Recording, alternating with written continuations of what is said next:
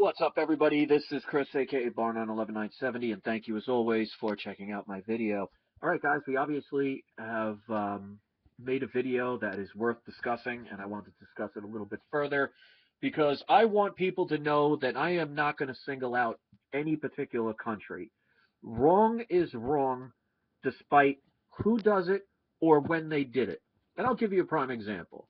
The United States of America Corporation is wrong for the things that they do, how they invade other people's countries. They may not call it war, but they're doing things that are hurting other people for peace measures. That's wrong. What the United States of America did to the Native American Indians, what they did to the Japanese in World War II, the Japanese American people that were American citizens that just happened to be of Japanese descent, and how they put them in internment camps. That is wrong.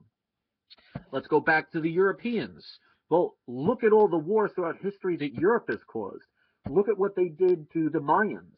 Look what they did to the Aztecs, how they came over, went to other people's lands, killed people by the millions, stole all of their wealth, all of their gold, and shipped it over.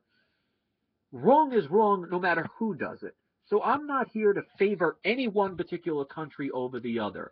If there is a country that decides I am going to take from or murder or do something illegal or unjust to another free sovereign nation, then they are wrong and they should not either be commended or ignored.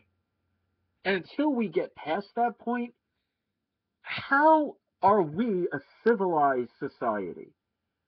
And you can't use the excuse like when I talk about the Mayans and the Aztecs and the Native American Indians, you can't say, oh, well, that's in the past. Well, just because it's in the past and we were basically programmed to accept, well, things are the way they are, does not make what happened right. Because it's easy for us to say when we're not participating in the event somewhere in the world or somewhere in that history that, oh, it's okay, it was in the past. Well, what if it was part of your family? What if it was your type of, not species, but if you were a Native American Indian, or you were a Mayan, or an Aztec, or you were just a regular person where somebody came along and took your liberties away? I don't understand how we consent to all these things and allow these history books to downplay these things. Because I remember when I was in school, when I was being educated, when they did research about these things, they don't tell you how Christopher Columbus didn't discover a nation that was inhabited for thousands of years. You can't discover something that already has people there. You know, that's like saying, I just found a house that somebody's living in. It's just crazy. But yet we're conditioned and programmed to believe these things, that they're trivial and justifiable by saying, well, it happened a long time ago. So does that make it right? Does it make it any less wrong? So I don't want anybody to think that when I say the word Israel, that I am some anti-Semite or I am talking about the religious aspects of a people. That's just ridiculous.